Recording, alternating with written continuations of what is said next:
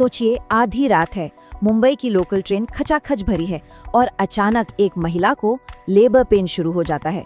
कोई मदद के लिए आगे नहीं आता। ऐसे में क्या होता है? आज हम जानेंगे विकास बेंद्रे की एक ऐसी ही अविश्वसनीय कहानी जिसमें एक आम सफर जिंदगी बचाने के मिशन में बदल गया। डॉक्टर भी इंसान है और हम भी, फर्क सिर्फ शिक्षा का है, ज्ञान का है। ये शब्द विकास बेंद्रे के हैं और सच कहूं तो ये इस पूरी कहानी का दिल है। एक ऐसी कहानी जो हमें दिखाती है कि कैसे सही जानकारी और हिम्मत किसी को भी हीरो बना सकती है। चलिए मिलते हैं इस कहानी के हीरो से।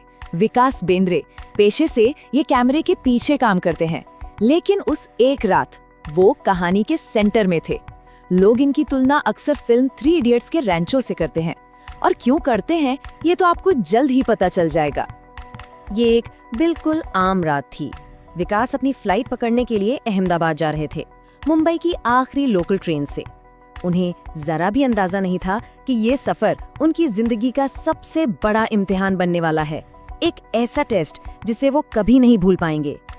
तो ट्रेन रात के अंधेरे में चली जा रही थी और डिब्बे के अंदर का जो सन्नाटा था वो बस टूटने ही वाला था। आधी रात को एक इमरजेंसी दस्तक देने वाली थी। अचानक एक महिला की दर्द भरी चीखें गूंजने लगी। बाकी लोग, कोई बस हैरान था, कोई अनदेखा कर रहा था, लेकिन विकास जानते थे कि उन्हें कुछ तो करना ही होगा। उन्होंने बिना एक पल सोचे इमरजेंसी चेन खींच दी, क्योंकि वो जानते थे कि हर एक सेकंड कीमती है। अब सोचिए प्लेटफॉर्म का सीन। हालत एकदम खराब थी। ना कोई डॉक्टर, ना कोई मदद, बस तमाशा देखने वालों की भीड़। और उस भीड़ में विकास और वो दर्द से तड़पती महिला बिल्कुल अकेले थे। जब कोई मेडिकल हेल्प आसपास नहीं थी तो विकास ने उस चीज का सहारा लिया जो उनकी जेब में थी, उनका फोन। और यहीं से टेक्नोलॉजी, भरोसे और एक इंसान की सूझबूझ ने मिलकर एक नामुमकिन सी लगने वाली सिचुएशन को बदल दिया। एक पल के लिए खुद को विकास की जगह रखकर देखिए, क्या करते जब किसी की जान दांव पर हो और मदद करने वाला कोई एक्सपर्ट ना हो, तो इंसान किसकी तरफ देखे? विकास ने वही किया जो शायद हम सब करते, एक दोस्त को फोन किया। पर यह कोई मामूली कॉल नहीं थी। उन्होंने अपनी डॉक्टर दोस्त को वीडियो कॉल किया, इस उम्मीद में कि वो उन्हें इस जानलेवा सिचुएशन में गाइड कर सकती हैं। ये एक ऐसा फैसला था जिसने सब कुछ बदल कर रख दिया। तो अब हम पहुंच गए हैं कहानी के सबसे क्रूशियल हिस्से पर, एक सुनसान रेलवे प्लेटफॉर्म जो अचानक एक डिलीवरी रूम बन गया था। सोचिए, दांव पर क्या कुछ नहीं लगा था। बच्चे के जन्म के बाद 5 मिनट तक दिल थाम देने वाली खामोशी। ऐसा लगा जैसे पूरे स्टेशन ने अपनी सांसें रोक ली हों। और फिर एक बच्चे के रोने की जोरदार आवाज गूंजी। ये आवाज थी सफलता की, राहत की और एक नई जिंदगी की। खुद विकास ने माना कि उस पल उनके हाथ कांप रहे थे। उन्होंने कहा, उस समय डर लगता है, और यही बात तो हमें याद दिलाती है कि हीरो वो नहीं होते जो डरते नहीं, हीरो वो होते हैं जो डर के बावजूद सही काम करते हैं। सोचिए, मीलों दूर से डॉक्टर देशमुख ने फोन पर ही विकास को एकदम शांत और साफ साफ इंस्ट्रक्शन दिए, एक एक स्टेप। उन्होंने बताया कि क्या करना है, कैसे करना है। ये रिमोट मेडिकल एडवाइस का एक ऐसा कमाल का उदाहरण था जिसने उस रात 2 जानें बचाईं।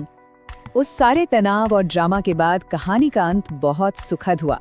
एक नई जिंदगी दुनिया में आ चुकी थी और ये एक ऐसी शुरुआत थी जो कई लोगों के लिए एक मिसाल बन गई। उस रात दांव पर एक नहीं बल्कि 2 जिंदगियां थीं, और विकास की सूझबूझ और डॉक्टर देशमुख के गाइडेंस की वजह से माँ और बच्चा दोनों ही सुरक्षित थे। तो नतीजा क्या रहा? एकदम परफेक्ट। माँ अंबिका झा बिल्कुल सेफ थीं और उन्होंने एक प्यारे से हेल्दी बेटे को जन्म दिया। और मजे की बात देखिए, एम्बुलेंस वो तब पहुंची जब सारा ड्रामा खत्म हो चुका था। ये बात उस रात की असाधारण परिस्थितियों को और भी ज्यादा उजागर करती है। ये जो पूरा हादसा था ना, इसने विकास को अंदर तक बदल दिया। ये सिर्फ एक हीरो बनने की कहानी नहीं थी। इस घटना ने उन्हें समाज के बारे में, लोगों के बारे में बहुत गहराई से सोचने पर मजबूर कर दिया। ये जो फर्क है ना, ये वाकई चौंकाने वाला है। एक तरफ थे विकास जिन्होंने फौरन एक्शन लिया, और दूसरी तरफ बाकी सब लोग जो बस दूर खड़े देखते रहे।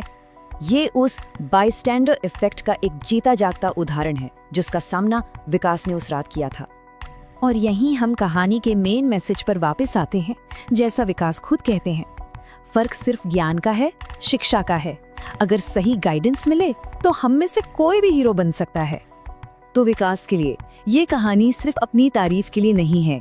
वो चाहते हैं कि उनकी कहानी एक मिसाल बने जो लोगों को सिर्फ देखने वाला नहीं बल्कि मदद करने वाला बनाए। तो आखिर में सवाल यही बचता है, जब कभी कोई मुश्किल घड़ी आएगी तो हम सिर्फ तमाशा देखने वाले बनेंगे या एक रेंचो? क्या हम बस खड़े रहेंगे या मदद के लिए अपना हाथ आगे बढ़ाएंगे?